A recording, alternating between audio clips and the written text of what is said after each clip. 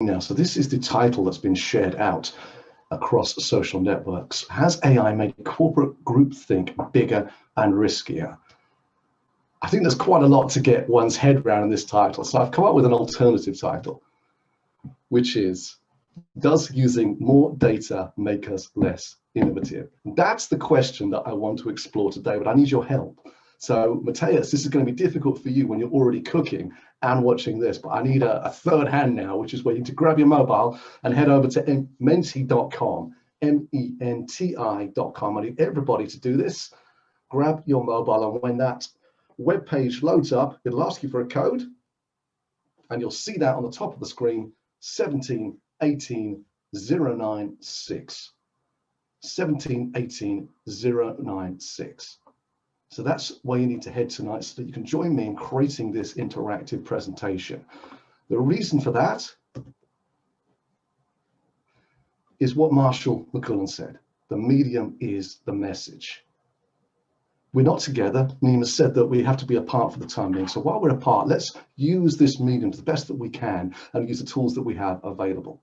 What you'll see on your mobile is a whole bunch of icons and emojis. And I see some of you already hit those. That's great. So here's what you do. If you love what I'm saying, you hit the heart. If you're not sure about what I'm saying and you want some more details, you hit the question mark. If you agree, you give me the thumbs up. If you disagree, give me the thumbs down. And I'm absolutely 100% fine with seeing those thumbs downs.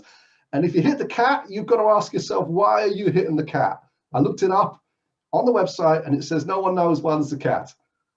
So if you hit it, it's because you choose to hit the cat. So I don't know what it means. A lot of cats there. So you know what that means. I don't. So here's the thing. These are my ideas. This is like, you know, nobody has a monopoly on the truth. Nobody has a monopoly on the future, especially not me. I just want to provoke some discussions and maybe some ideas that are maybe just not quite fully formed out there at the moment. So as well as these emojicons, you've also got the ability to pop a comment up on my screen anytime you want to do that. You'll see that option. I believe it's the one with the little dots on there, and that will flash up on my screen. I've got the profanity filter enabled. Let's not test it too hard. So are you ready? Let's see how many people are engaged on the app. I can see a whole bunch of thumbs up. Woohoo, excellent. Okay, I've already had a thumbs down, which is impressive. I haven't even started yet, so this is great. We're interacting. Great, let's jump into this. We've got to talk about a lot. So let's start with a little bit of fun. And let's head over to willrobotstakemyjob.com. I was going to put this image up and remove the banner because I thought it's getting in the way. Then I realized, wow, look at this banner. This came out a few weeks before the next lockdown that said, Richard, you need dumbbells and you need toilet roll. So they knew something I didn't know at that point. So when you go to Will Robots Take My Job, you can add any job that you want, and it will give you a percentage of how likely it is that robots are going to take that job. So here is a list. I want you to go ahead and rank these in order, 1 to 9. So you're ranking them at the top, which is the most likely for the job to go. And we're going to see this screen changing on the fly as we do this. I'll give you a few seconds to grab your mobile, and here we go. We're starting to see this happen now. Let's see how we do. Remember, so the first is most likely for that job to go.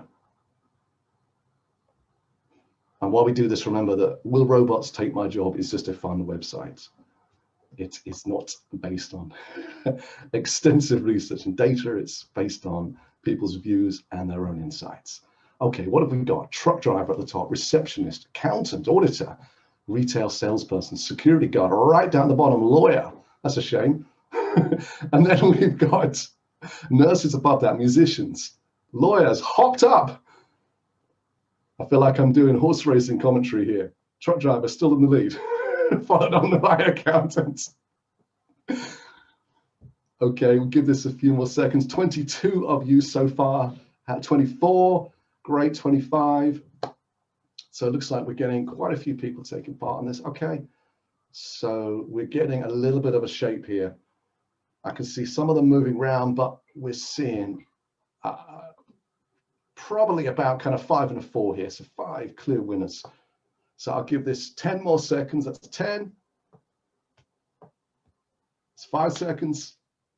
Accountant just made the top. This is so exciting.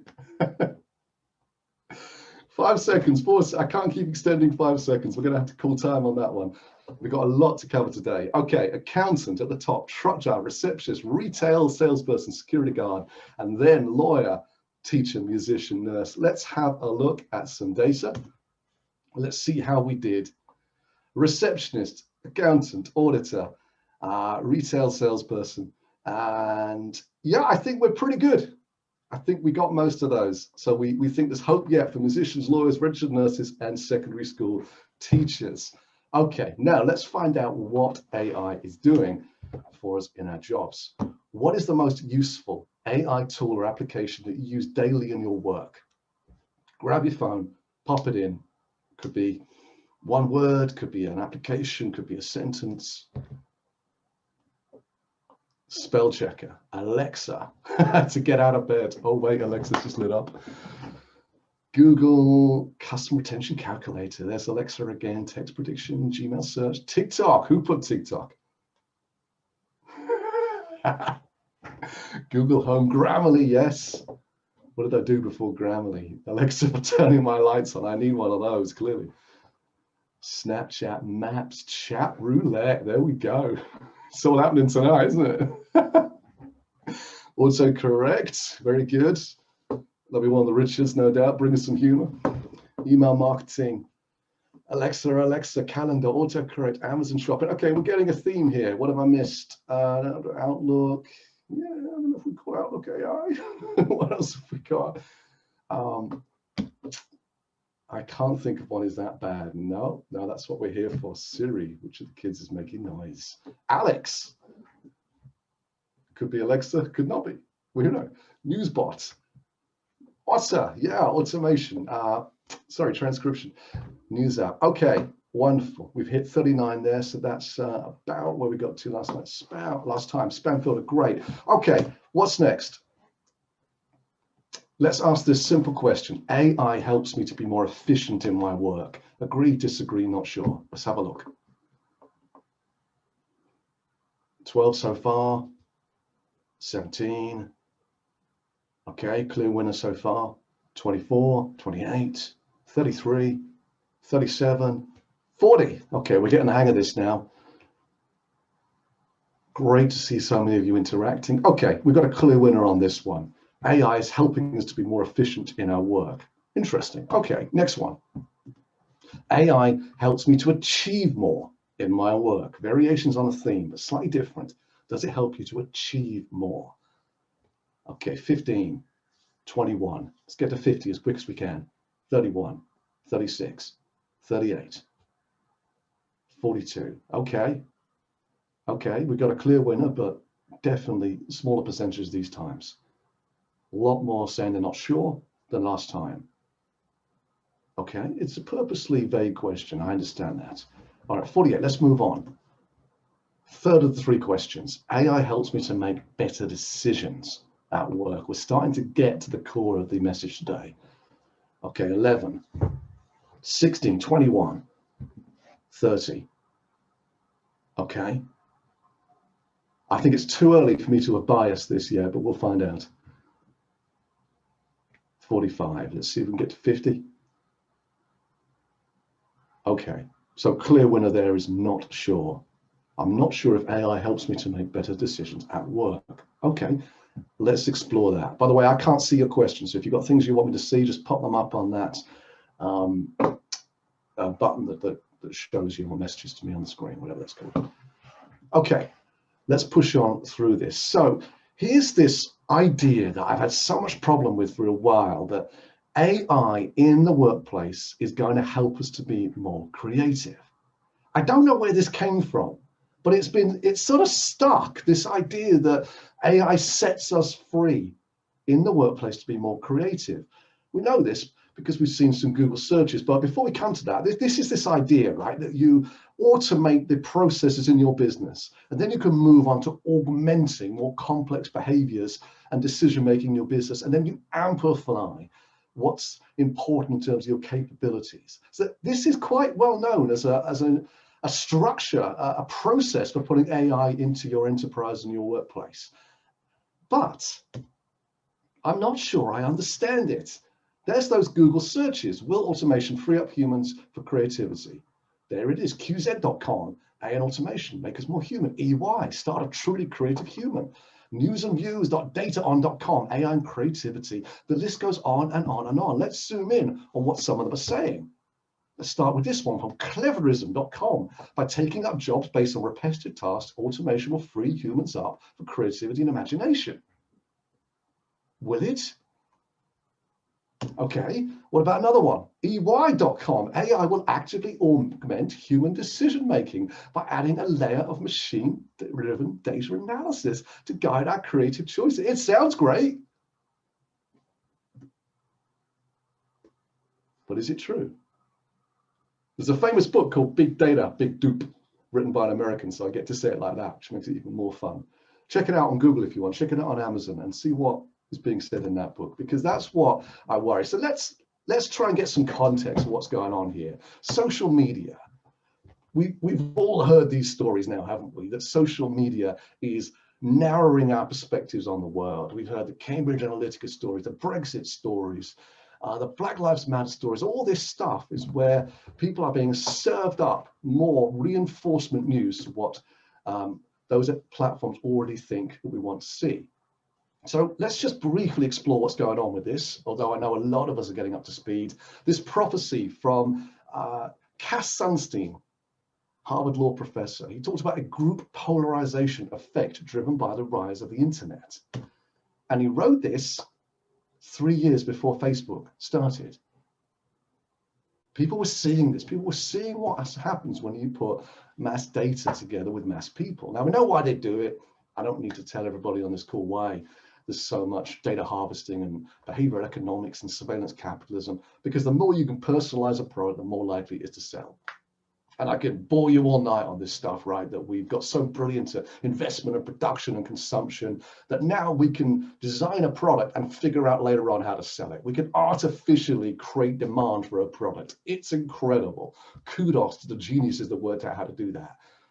It's taken a crap on the environment, but it's incredible how they've done that. So the problem we're describing is echo chambers and filter bubbles, similar but slightly different. So what are they? Let's just read a little bit of text to get to this. Echo chamber is a term used to describe a situation where ideas, beliefs, and data points are reinforced through repetition in a closed system, not allowing the free movement or alternative or competing ideas or concepts to arise. We know this. We know that this is a problem on Facebook and on Twitter. We know this is why Twitter is restricting Donald Trump's tweets at the moment. So what's a filter bubble? That's the intellectual isolation. This is when you go on a website and you see different things. This is when you search for BP on Google and Ryan sees the share price and I see the Deepwater Horizon spill. How come? And what does that do for my impression of BP and his impression of BP? We're seeing different worlds. We're being reinforced in different worlds.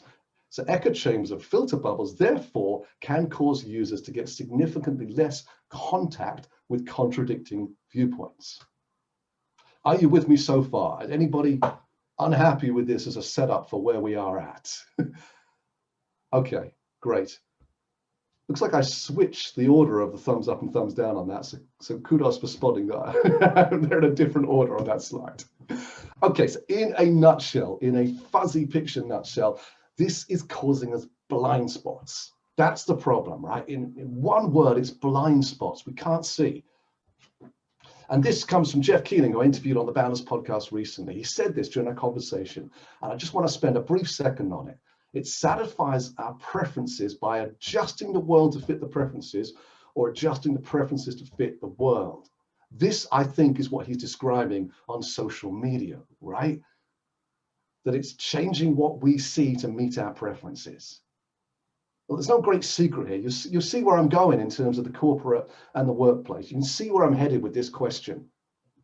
I'm not trying to spring anything on you here, but so this was all defined in this, right? We all saw and heard about the social dilemma on Netflix. So let's just check in. Grab your phones again and tell me. So have we learned our lesson? Have we got this? Is this through that the polarization is happening? I've got about 14 things on my screen. I can't see the question. Am I becoming more wary of how social media polarizes viewpoints? Okay, not everybody. Give that a few more seconds.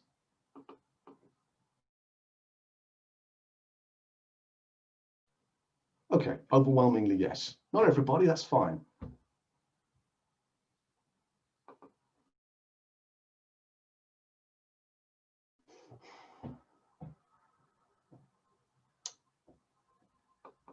I have got a message that says Zoom has quit.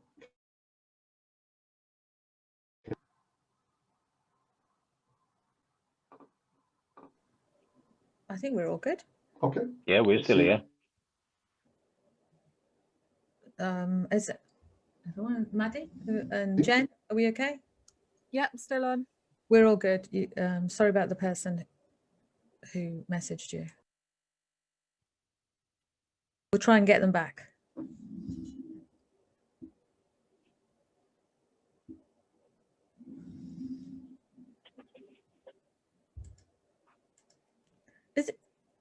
Is it quit for Richard? God. All right, I'll take over from here. It's a conspiracy. Okay, so that's when you know you're saying Oh my something. God. That's when they don't want to hear this, right? This is panicking me. I am back now, right? Thank God for that. Otherwise, that would have been horrible. I had a feeling it was going to kick me out there. Okay. All right. So there's the answer. Overwhelmingly, yes, that we're wary that it's polarizing our viewpoints. Fine. Okay. Let's get back into this. So have we learned our lesson? What is wrong with something on this screen? Remember, you got that little chat button on the Menti app. Use that. Just pop it up. What bothers you on this screen? What worries you? What concerns you? Perhaps nothing does, but if there is something, what is it?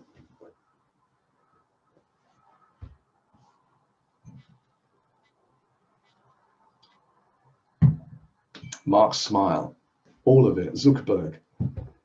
The price point, bang, the price point, exactly. The price point is $299. So what did the Quest 1 cost 17 months ago? What did that cost? Anybody know?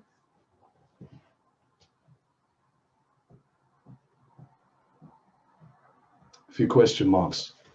$700, $599, $600. It's halved in price. Okay, technology gets cheaper, fine, but 17 months, really? So here's what could be going on with that. And I'm sure some of you heard this little nugget of news, right? That to get onto the Oculus Quest 2, you've got to log in with Facebook. You've got to give up your data, all your data. So I question whether we're learning that lesson really as we venture into augmented reality and virtual reality. Yeah, I see some thumbs down, that's fair enough. Look, this is augmented reality, right? You put the specs on. Apple glasses will be out in a couple of years.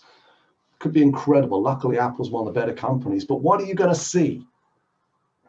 Are these things going to just work out constantly how to nudge you to shop at this shop or go to this cafe? Or is there going to be a democratization of open source data? This is going to be crucial, what kind of monopolies we see in augmented reality and virtual reality. So either we'll learn from the pain of what just happened in social media, or we'll do it all over again on steroids in AR and VR. We don't know yet. The script isn't written. So this, in a nutshell, is the problem. We don't know when artificial intelligence is analyzing, suggesting, or influencing. We don't know when it's analyzing, suggesting, and influencing when we're on the wrong side of it. It's invisible. And that's a massive problem for us. It's a massive problem in the workplace. So this is what happened in retail. Let me show what's happening in business to get us full square back to the topic of today. A little thing called cookies, right? Suddenly, all these retailers went from having pretty much no information about their customers. Okay, some started putting in club cards and loyalty cards, but nothing compared to what they got online. They had a gold mine of data suddenly from e-commerce. Every single piece of information was being picked up and tracked so that you could personalize and individualize, and you could tailor the whole experience to somebody. And of course, we've seen incredible winners, Amazon's, ASOS's, you name them, in that space because of that one thing. They had access to the data in a completely new way. There's no better example of this. You see the innovation that of companies like Amazon, where they're working out how do they put the goods in the boot of your car while you're at work. Just incredible. And then at the same time that Amazon was working that out, this is about 18 months ago, I did this presentation. This is what Debenhams were working on. True story, Debenhams was working on push notifications. That was the tech they were hoping to deliver that quarter. Just chalk and cheese. People talking about an online tax for retailers. Online tax, they're talking about 2%, it makes no difference. They had the data, they were using the data. High Street wasn't. Where's Debenhams now, a year on? Not looking good. So this is where we get to now with Zoom, with Teams, with the other platforms. You can data harvest from this in a way that you never could in the office. If you sit in the boardroom, have a meeting, you can put a tape recorder down if you want. Alan Carr. I don't think it is Alan Carr, that's funny. Keep the jokes coming, by the way. This is a what do you call it? This person does not exist.com. And he's probably called Richard. And so we can scan every single thing about this call. So we made that leap that retail did from not really knowing to knowing. And there's lots of impressive applications in early stages. You know, this one here from Sitecorp, looking at the emotional response of a face as you sit on an interview or a meeting or a sales pitch or whatever you're on, right?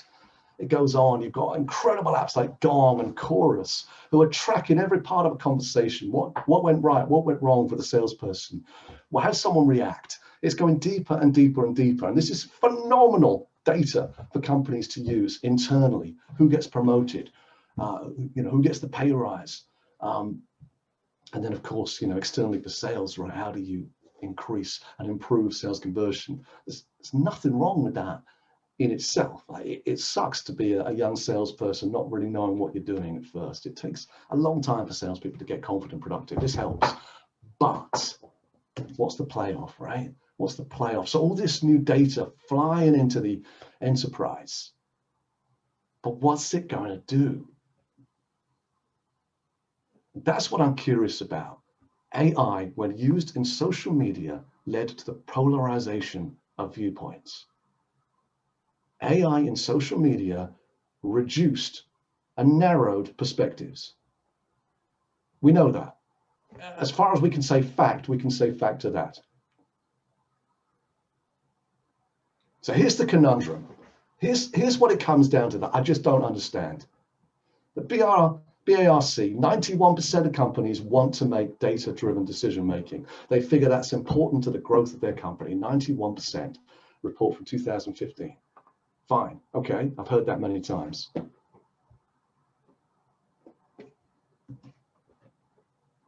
And there's my cat. And then there's the other one.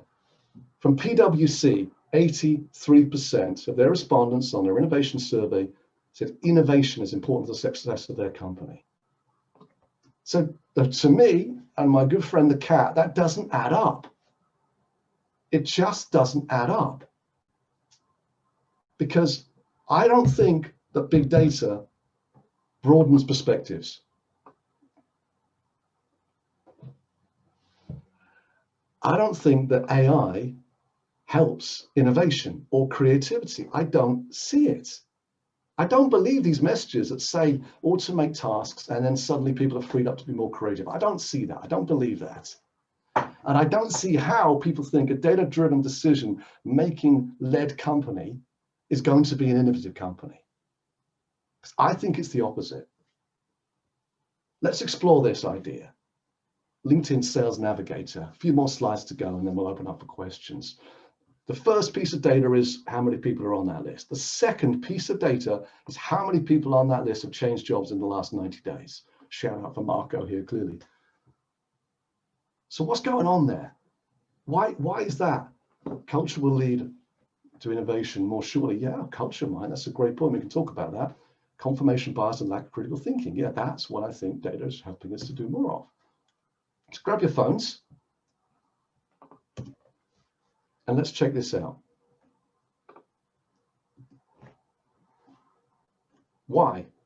Why is LinkedIn saying that the segment of data that says how many people in this list changed job in the last 90 days, why is that so important? Why do they think a salesperson wants to know that?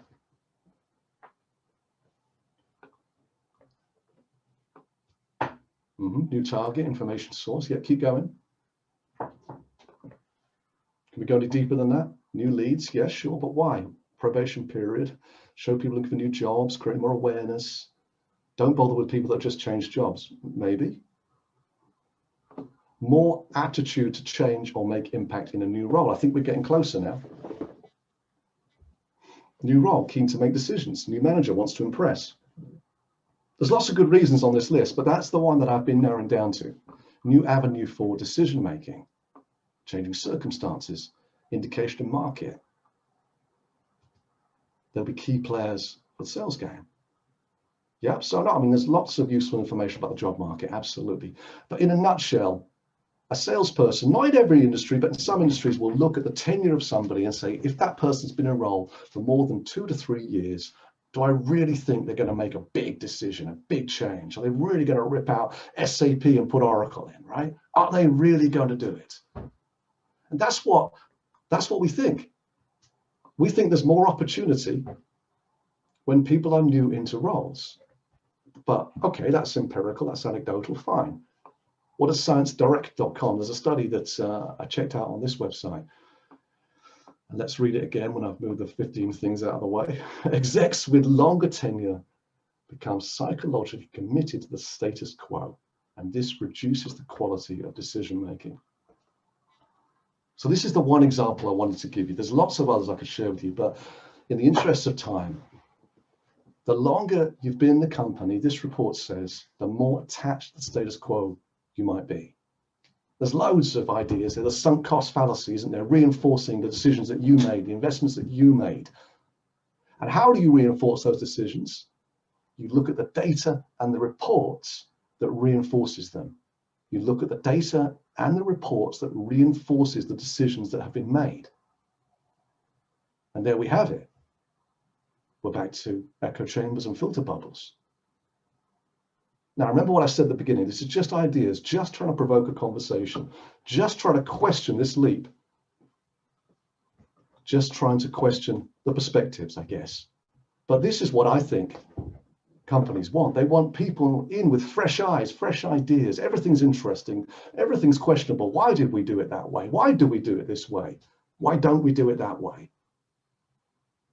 That's when it gets exciting. That's when it gets interesting. And that's when salespeople think they can sell to people because they want to make a change. The question is, does AI accelerate that process towards the status quo? Does the bigger your data, the smaller your ideas?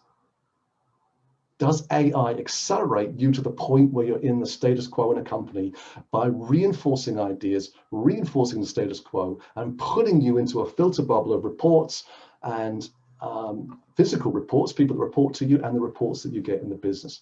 Big data, small ideas. Because what will be amplified? In a data-driven decision-making organization, what will be amplified? Will it be the process, the bureaucracy, the blind spots, the stereotypes, the biases, the existing capabilities?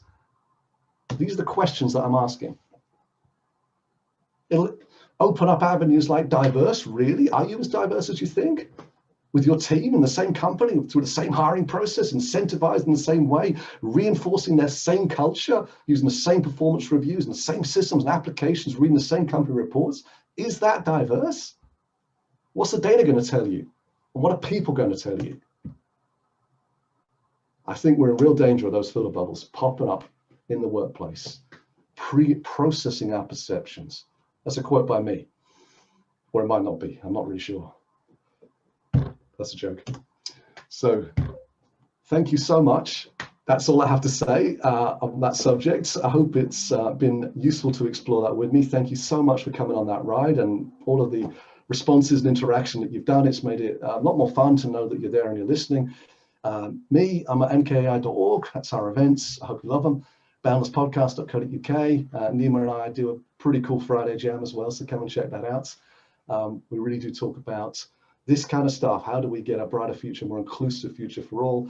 And everything's kind of on LinkedIn. So I'm the only Richard Foster-Fletcher, which means I have to be relatively well behaved because it's always going to be me. And I'll come out of the slides and once again, just say my huge gratitude for your kind attention. Well, gosh, thank you. Thank you so much. First of all, thank you so much for giving me that heart attack by disappearing off Zoom. But thank God you came back. I was like at the defibrillator here and I sort of like got myself back on. So just Maddie's going to gather some questions up. First of all, there's lots of really amazing positive comments about you from people, and they're not all your mates as well. So it's just fantastic to see that kind of reaction.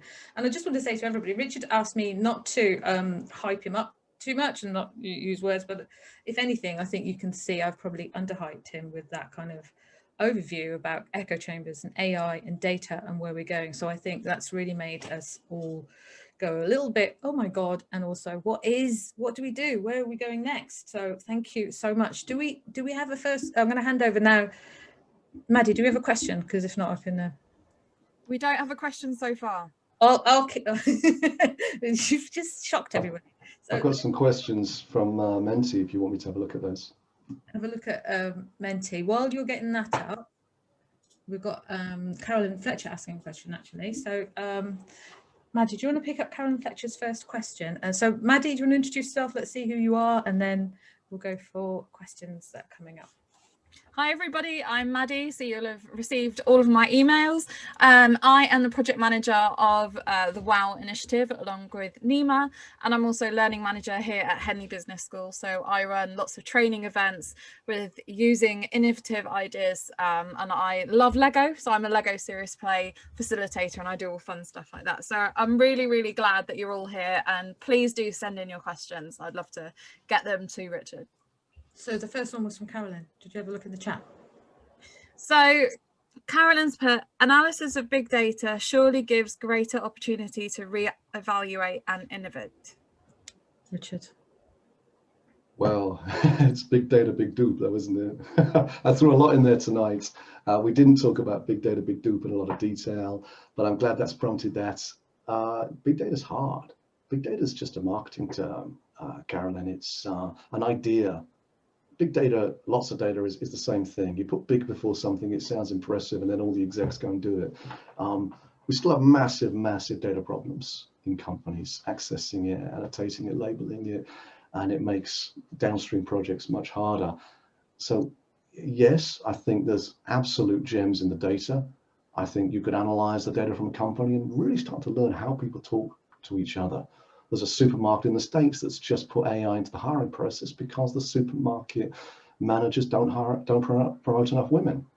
The male and female store managers don't promote enough women. So they've taken it out of their hands and put it into the algorithms instead. So of course, I mean, no one's a bigger enthusiast of AI than me. I think there's huge opportunities, but big data, big dupe, it's not as simple as that. And I don't think it's a route to creativity and innovation as per the last 45-minute rant. Maddie, you got there's Awesome. Dan, there's Sufyan, there's a bunch Yeah, of I could. We've got loads here, Richard. So we've got one from Sufyan, which is not sure if it's related, but will any type of machine learning technique affect any of this, like evolutionary algorithm or analogical modeling? And just sorry, before you answer, just to say, people, if you want to unmute and show your video for the questions, man, we're more than happy for that to happen as well. We'd love you to do that, actually. Dan, you're up next. Get yourself ready. So I need to say though that I've been sharing ideas tonight. I don't have the finished product in this. These are fantastic questions that I'm reading. We just roll back up to that one. We're doing the UCL event that we're doing on Thursday is all about AI leading up to 2030. And I spoke to a Turkish diplomat yesterday who's head of the UN's FCCC for climate. And he said that we keep missing this point that we talk about the Sustainable Development Goals and these kind of things and forget that, of course, it's changing. That by the time we get to 2030, we'll have a whole new set of problems and challenges that we can't even apprehend now. We're solving 2015's problems now in 2030 when the world will have changed. So AI has that same problem as well. It lacks logic, it lacks reasoning, uses far more data than's ever really feasible. I mean, just look at the energy costs of running these models. It's insane. Look at the numbers if you want to. So I can't answer your question. I won't try to. But you know, when an autonomous vehicle can't make a decision between this person or those people when it's in an accident, it can't do it because it has to be programmed one way or the other. We know we hit these limitations really quickly when it comes to relying on AI decision making. Awesome, thank you. And we've actually got, before Dan, we've got a question from Matthias, if he's here. He is. Hey. I can ask the question again. I'm reading it up. I've got to find it again though, because everything has moved so quickly. I can't find my own question. Well, yes. So in essence, is the question that I was asking is the big data and big data actually the problem, or is it the way we've been trained to approach data and information? And I have to declare a bias. I'm kind of obsessed with the idea that the way we train children in schools and throughout earlier education is quite reductive. And sorry, Alexa, stop. It's time for that bread. I can hear you. Matthias, stay on though, if you will, because I need your help answering that. It's a phenomenal question. It's as good a question as any that's been raised tonight. You know, it's a great scene of rushing off in his wood panel kitchen, isn't it? It's amazing. This Zoom is everything. I mean, this is not a data question. It's not an AI question. It's a universal question, isn't it? It's the Donald Trump question. You know, do we get what we deserve? Do we have the laws that we deserve? Do we have the presidents that we deserve? Do we have the algorithms that we deserve? Right? Matthias, what do you think? Well, deserve would bring a moral component as well, because that would basically mean that there's a higher well, Hegel would have said Weltgeist, world spirit that drives us into a specific point, and there's a moral judgment. I don't really ascribe to that, but I strongly believe in the cause and effect, that if we start specializing too early, if we start narrowing mindsets too early with outcomes-based learning and education, my fear has always been that you will get reductive thinking even when you're confronted with much more complex sets of data and information. So deserve, I'm not sure, but I think we're certainly getting what we're putting in. Yes. There are masses of questions now. Maddie, you're going to have to just pick out some, because we've got 10 minutes to go. Yeah, so you did do a shout out to Dan earlier. So Dan Kiernan, are you here to ask your question? I am here. How are you doing, guys? Nice to see you all. Nice to see you, Dan. I think my question was kind of related to Matthias's. So I'm wondering what difference the organisation culture makes. And if you have a good culture that understands how to use the data and use it to innovate and bring in lots of different diverse opinions and be aware of your blind spots, how much difference does that make? And I understand that might be a minority culture in many organisations, but some organisations are good at this. That is a fantastic question. But the ideas that I have on that, I guess I touched on a little bit earlier with diversity, of course. I sense that all of these big mega trends are the same problem for the enterprise. Diversity and inclusion, climate change, same problem. Running successful AI that scales and speeds in a way that we've never seen before and ends up being like a digital social experiment that we let loose. I think it all comes down to the beginning, not the end. If you're at a point of saying, shall we track this data or not? Shall we analyze this or not? I don't know how you're going to reach that point and have a successful outcome. If you haven't got a culture of openness, transparency, care at the beginning, if you don't understand that in the next 5 to 10 years, your business cannot just be bottom line, that's not going to be a sustainable business for the next few decades. That's old thinking. So I sense that a company that understands how all these things are interconnected, understands why sustainability is as important as transparency, as is important as diversity, is the sort of place where they would have that kind of culture and would explore these kind of ideas in the first place and challenge one another as is possible. Dan, does that resonate with you? Don't ask Dan anything. He was part of my team and went to some unknown place called Oxford University. So. Then why is he asking me? You know, it does resonate with me, absolutely. I think I worry that it's easy to achieve that in smaller businesses, and I worry that our larger organisations and institutions will struggle. But I you know, that's not an original thought, but it is something that's top of mind for me. Yeah, I think, you know, when you look at, I'll just speak a little bit more about diversity just because you brought it up, Dan. I know we're short of time, but when you have people from different backgrounds, different skin color, different genders in your organization, that is fantastic for being inclusive, because you want the best talent, and you won't get the best talent if it's exclusive of people who think and act in a certain way. Like, that's just obvious. Like, you're mad if you don't do that, but it doesn't mean they're diverse. A friend of mine runs Indie, the platform for competitions in South Africa on AI. She has all these people all around the world in developing countries contributing to AI challenges. It's about $12,000 to run one of these challenges. A woman in Kenya won a recent event, a recent challenge, and it was a beautiful finessed AI model. Second place, 2 Russian guys who used brute force. Because in Kenya, the lights were going to go out. Data was a challenge. Connectivity was a challenge. You have to think differently. I get so excited about Africa in the next decade. You think about all the different ways we have to approach our problems, and we can't think about the solution the way that we thought about the problem. And over there, with things like M-Pesa that was brought up last time with Alex, they are fundamentally, from the beginning, having to think differently about the problem in ways that we aren't. That's got so much potential.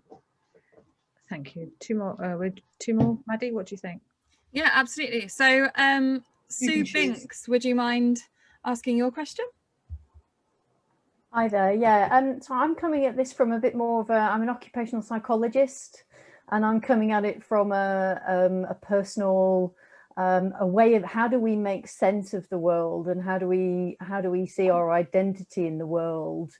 And I suppose what you're talking about in terms of this emphasis, almost this addiction with data, smacks of a particular mindset, which is called the expert, and it's all about I make sense of data, and I make sense of the world by what I can make it do for me by application of tools, techniques, etc. And I suppose I'm just wondering whether that shifts when you've got leaders who are able to think in much more systemic ways. And what you were describing just a minute ago, that sense of organizations that can think in that nested systemic way. And I'm just wondering whether you kind of almost see it as a maturity issue in terms of people's ability to make sense of the world and either flow with go with the flow, or whether they're trying to wrestle the complexity into some kind of order by more and more complex computing and data models. Sue, I sense the answer very much is in there. The only thing I'd add is just this: we're constantly striving, I think, to get some footing in this world, to feel some concrete, and it's getting harder and harder to do that with misinformation, disinformation, fake news. I mean, right now, is there anybody on this call who doesn't think just for a moment that the ballots were skewed, or that there was something there? You can't help it. You hear it so often, you think, I wonder if there's a bit of truth to that. And it's so difficult. Everything we know changes tomorrow. You know, back hundreds of years ago, there was one version of the truth, and who knows if it was anywhere near the truth or not. Now we've got every variation of everything. It's like quantum theory every day for the lives that we live in. And leaders have to make sense out of that. And I think that's what you're describing. You make sense out of it through openness and through questions, rather than trying to feel that you've got some better footing than anybody else, I think. Is that what you were saying? Well, kind of, but I think for me, there's something about how do we deliberately support people in organizations to shift their ways of thinking, their mindsets, because again, there's almost a sense of the world is a technical place, and that's one mindset. I can, if I've got enough data, I can somehow wrestle it into some kind of order and control, versus being able to stand back from that. And as you say, there's so many different, being comfortable with the discomfort of all of that ambiguity. And I think that there's something about how can we develop people so that they can go with the flow and not have to wrestle everything into order and control the whole time. And Dan talked about the difference between smaller businesses and the enterprise before, Sue, and I think we look at Google there. Google make a lot of money out of doing powerful things with data. Have no doubt it's incredibly profitable, but has it got anything to do with their innovation, or has their 20% of your time doing whatever you feel like doing been their source of innovation? That's where Gmail came from, that's where Google Earth came from, many other areas that I couldn't list off the top here. So I guess let's admire Google, but let's admire all of Google, not just their ability to process data. Do we want to do, sorry, it's Richard, very good answer and all that, but do we want to do just one more question? I know we've got 2 minutes left on the clock, and we want to allow Matthias to eat his bread for a start. There was a question about whether AI can help us share that bread, which we'll work on. So one more question, Maddie. Yeah, so Ratna, are you on the call?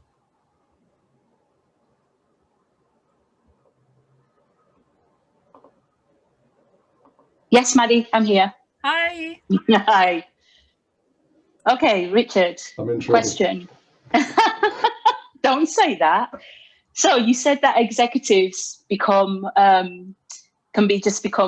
normal, and from the point that they just become stagnant as being leaders and not challenge the status quo. So my question is, how long do you think it'll be before all this big data actually becomes too much of the norm, and there are major blind spots, and they actually get bigger for everybody to really be creative and drive culture anyhow? Because isn't that the same as executives being in their positions for too long as well? 30 seconds, 30 seconds, Richard. What's the question behind the question? I'll let you answer that. I don't know.